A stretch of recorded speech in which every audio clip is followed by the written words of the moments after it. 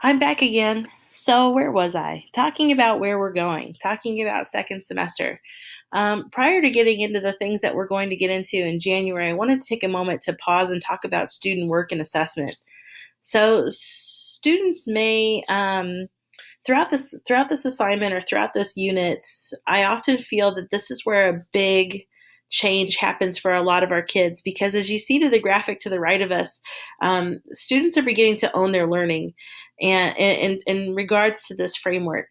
Have been lots of lessons these past 2 weeks when working with this campaign, lessons in feedback and growth mindsets and the idea of how learning is a process and how we can't always just do one thing and expect it to be good the first time that we do it without thinking about revising time and making it better.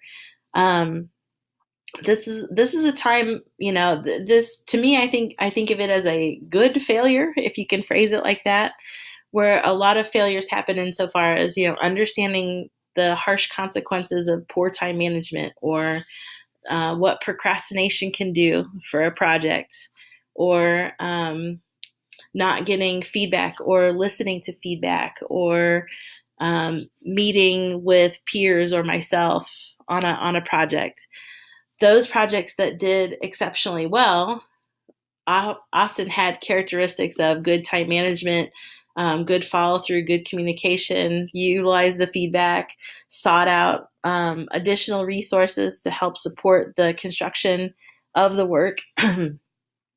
Projects that students may feel didn't go so well may contribute to some of these things because at this point this is where students are kind of starting to take control, but I would argue that they've never been challenged to do anything like this before. So while you may look at your student's project and be, oh, that's not a big deal, or you may watch a presentation and be like, oh, they didn't really talk about too much, the fact that they've gone up there, taken a risk, done something that they probably have never done very little of before, this is a huge step. And so while your child may be thinking this week in terms of the grade proposal project or process that we usually go through every midterm and quarter, I really want you to encourage your child to really think about the big picture in terms of this is just a trying thing. This was an attempt. This was a first swing at the bat, or swing at the plate, so to speak. And that they've never really been challenged to do anything like that, and really reflect on the things that they learned, especially those unwritten skills. I'm sure we all remember those times where you knew that time ran away and what you were doing may not have been good enough. And if you only had another chance to do something, you would do it so much better. I think about myself, playing video games. It's kind of that same concept. Oh, if I just had another life, I could try and beat this level, so to speak. And I use that analogy a lot with kids, because learning isn't just a one-time gig. Learning is something that we fail and grow and learn and revise, and we keep working to show improvements.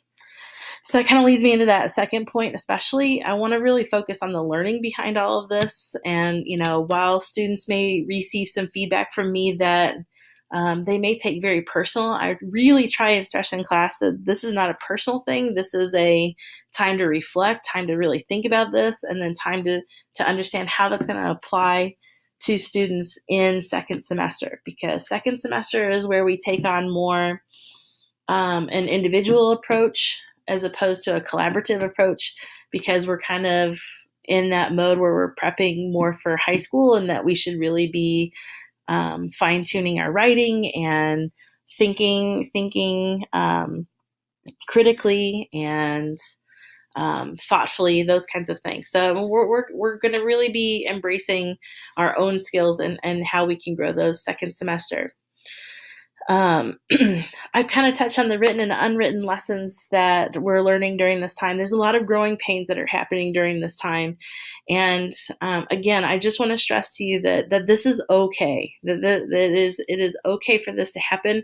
It is okay for this to occur. I would argue that there's a lot of changing and learning and critical thinking happening, especially for kids that participate in this growth and they participate in the reflection and the feedback, that and it's inevitable that they're going to be learning from that process.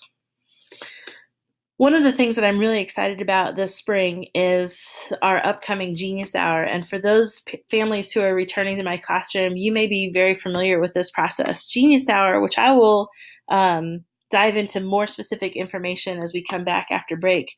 But Genius Hour is an opportunity to do another inquiry project or process, I should say,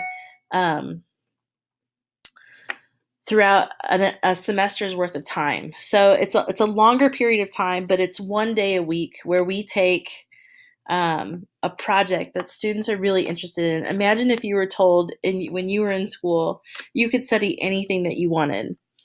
So students in January will be kind of really going through what I like to call a Genius Hour boot camp. You know, I don't know if kids have ever really had an opportunity to be asked, what do you want to learn about? And so we're going to really tap into interests and thoughts and ideas and risk-taking and the ideas of what kids really want to learn, so they can really start to feel empowered by their learning and kind of create this inner motivation to strengthen their learning at this point. So this process that they worked on throughout this campaign was done collaboratively. It was done as a group. Genius Hour, I would say, is taking on now more individually. This is something that your child will participate in with. I usually do partners at the most, but the partnership I would have to agree to make sure that, you know, there are several questions I have for partnerships just to make sure that there's no well, I should say that there's safe environments that are placed in those partnerships. So, working with Dear Martin and working with this campaign awareness and the design of this campaign and the design framework and the threading in of questions allows me to have common language with all of the kids, because I can say throughout their Genius Hours, do you remember when we had that mini lesson on credible sources? Or do you remember that time when you attempted to design the website using this tool and it didn't work?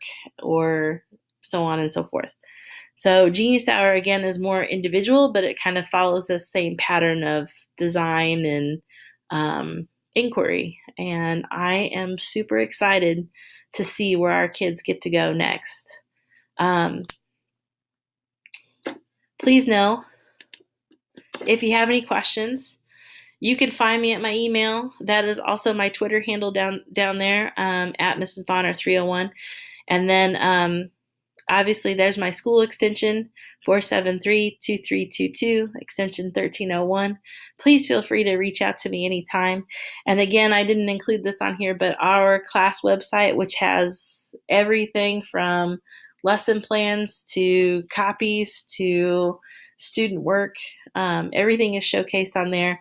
That is languagearts301.pb, as in peanut butter, pbworks.com. Thank you.